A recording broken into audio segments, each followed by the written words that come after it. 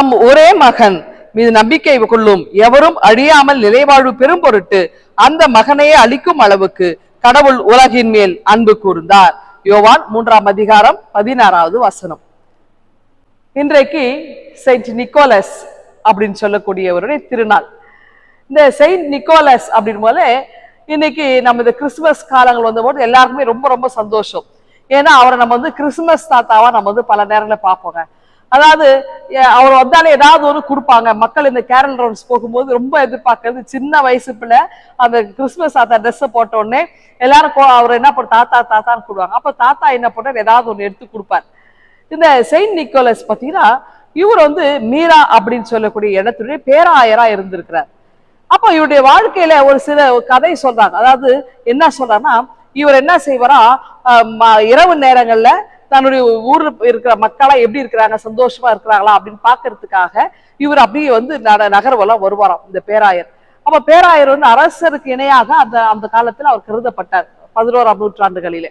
அப்போ அவர் என்ன செய்வாரா, தன்னுடைய அந்த வஸ்திரங்கள் எல்லாம் ஒரு மாதிரி காஸ்ட்லியா இருக்கிறத கழட்டிட்டு எளிய மனிதனை போல சாதாரணமா அப்படி வளம் வரும்போது, ஏன்னா இரவு நேரத்தை மக்கள் என்னென்ன பேசுறாங்க, அவங்களுக்கு கஷ்டங்கள் எல்லாம் என்ன சொல்றாங்க, நம்ம காது கொடுத்து கேட்கணும்னு சொல்லிட்டு வர்றாரு.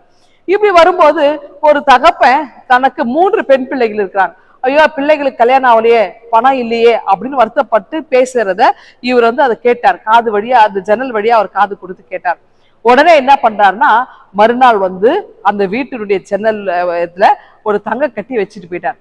அந்த வீட்டில் இருக்கிறவருக்கு ஒரே ஆச்சரியம். மறுநாள் எழுந்து பார்த்து யார் இதை வச்சாங்க தெரியலையே அப்படின்னு நினைச்சு உடனே அந்த தங்க கட்டி எடுத்து வச்சு அது ஊர் மக்களா பார்த்து ரொம்ப பிரமித்து அந்த பிள்ளையோட திருமணத்தை முடிச்சாங்க. அதே மாதிரி கொஞ்ச நாள் ஆனோடனே அதே போல 2வது மகளுடைய திருமணத்துக்கு பத்தி பேசுவோம். அதே போல ஜன்னல் ஓரத்துல தங்க கட்டி இருந்தது. அப்போ இதே திருமணத்தை சரியா செஞ்சுட்டாங்க. ஆனா யார் இந்த உதவி செய்யறாங்கன்னு தெரியாது. அப்ப ஊர் மக்களுக்கு இது வியப்பு. இப்ப அதே மாதிரி அந்த தகப்ப 3வது பிள்ளைக்கு திருமணம் செய்யறதுக்காக இதே போல பேசும்போது அந்த நிக்கோலஸ் என்ன செய்யறாருன்னா காது கொடுத்து கேட்டார். கேட்டுட்டு அந்த தங்க கட்டியை அந்த வீட்டு ஜன்னல் ஓரத்துல வைக்கும் போது ஊர் மக்களா ஓடி அவரை பிடிச்சிட்டாங்க. யாருன்னு பார்த்தா, ஐயோ பேராயர், இவ்வளவு பெரிய அது தலைவரா இருக்கிற நீங்க இந்த பிள்ளையோட திருமணத்தை செஞ்சீங்களா அப்படின்ற ஒரு எண்ணம் அப்போதான் என்ன அர்த்தம்னாக்கா, நிக்கோலஸ்னா கொடுக்கிறவர், அப்போ தாத்தா என்றால் கொடுக்கிறவர், கிறிஸ்துமஸ் தாத்தா அப்படின்னு எல்லாரும் கூப்பிட்டாங்க. இந்த கிறிஸ்துமஸ் காலங்களிலே ஏன் இவர் ரிலேட் பண்றா அப்படின்னா, கிறிஸ்துமஸ் அப்படின்னா கொடுப்பது, 4 பேருக்கு உதவி செய்யுது, நமக்கு நாமே வச்சுப்பது இல்லைங்க, இல்லாதவரோடு பகிர்ந்து கொடுப்பதுதான் உண்மையான கிறிஸ்துமஸ் இல்லையா? அப்போ உண்மையான கிறிஸ்துமஸ் எது என்பதை நிக்கோலஸுடைய வாழ்க்கையோடு என்ன பண்ணா தொடர்பு படுத்தி பாக்குறாங்க. இன்னைக்கு நவம்பர் மாதம் 6ஆம் தேதி அவருடைய திருநாள், அவர் மரித்து போன ஒரு நாள்.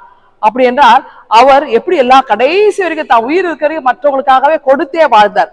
அது போல நாமும் பிறருக்கு கொடுத்து வாழ அழைக்கப்படுறோம். அடுத்து பார்த்தா இவர் மீரா பகுதியில இருக்கும்போது இவர் மரித்து போறார். அங்க என்ன செய்யறார், திடீர்னு மக்கள் இவருடைய கொஞ்ச காலம் கழிந்த பிறகு இவரை அந்த ஸ்பெயின் நாட்டினர் அந்த பகுதிக்கு வராங்க. இவருடைய உடலை கண்டெடுத்து இவரை நல்ல அடக்கம் செய்யறாங்க. 11ஆம் நூற்றாண்டிலே இது நடைபெற்ற ஒன்று. அதுல பாத்தீங்கன்னா பத்திரமா வைத்து இன்னைக்கு இருக்கிறாங்க. இன்னைக்கு பாத்தீங்கன்னா இத்தாலி நாட்டினுடைய ஒரு சிறந்த பாதுகாவலராக இவர் இருக்கிறார். அப்போ இத்தாலி தேசத்துல இருக்கிறவங்க செயின்ட் நிக்கோலஸ் பாதுகாப்பார் அப்படின்ற ஒரு எண்ணம். ஏன்னா ஆபத்து நேரத்துல தேவையில் இருக்கும்போது உதவி செய்கிற உதவியாளராக இருக்கிறார் என்பதை நினைத்து பார்த்தாங்க. அப்படி என்றால் இந்த செயின்ட் நிக்கோலஸுடைய வாழ்வுக்கு நன்றி சொல்ல நாம அதே நேரத்துல இந்த கிறிஸ்து பிறப்பின் காலங்களிலே பிறருக்கு நாம் உதவி செய்வோமா, பிறருக்கு நாம் உதவிக்காரம் நீட்ட நாம் அழைக்கப்படுகிறோம். இந்த காலங்கள் உண்மையிலேயே பகிர்ந்தளித்து வாழ்ந்து கிறிஸ்து பிறப்பினுடைய உச்சக்கட்ட நோக்கத்தை நாம் நிறைவு செய்வோமா? இந்த சிந்தனையோடு இந்த நாளை துவங்குங்கள். ஆண்டவர்களை ஆசீர்வதிப்பாராக. ஆமேன். எங்கள் அன்பின் ஆண்டவரே, செயின்ட் நிக்கோலஸ் அவருடைய வாழ்வுக்காக நன்றி சொல்கிறோம். நாங்களும் பிறருக்கு உதவிக்கரம் நீட்டி எங்களுக்கு கிருபையாயிரும். மீட்பு இயேசுவை ஜெபிக்கிறோம் எங்கள் அன்பின் கடவுளே. ஆமென்.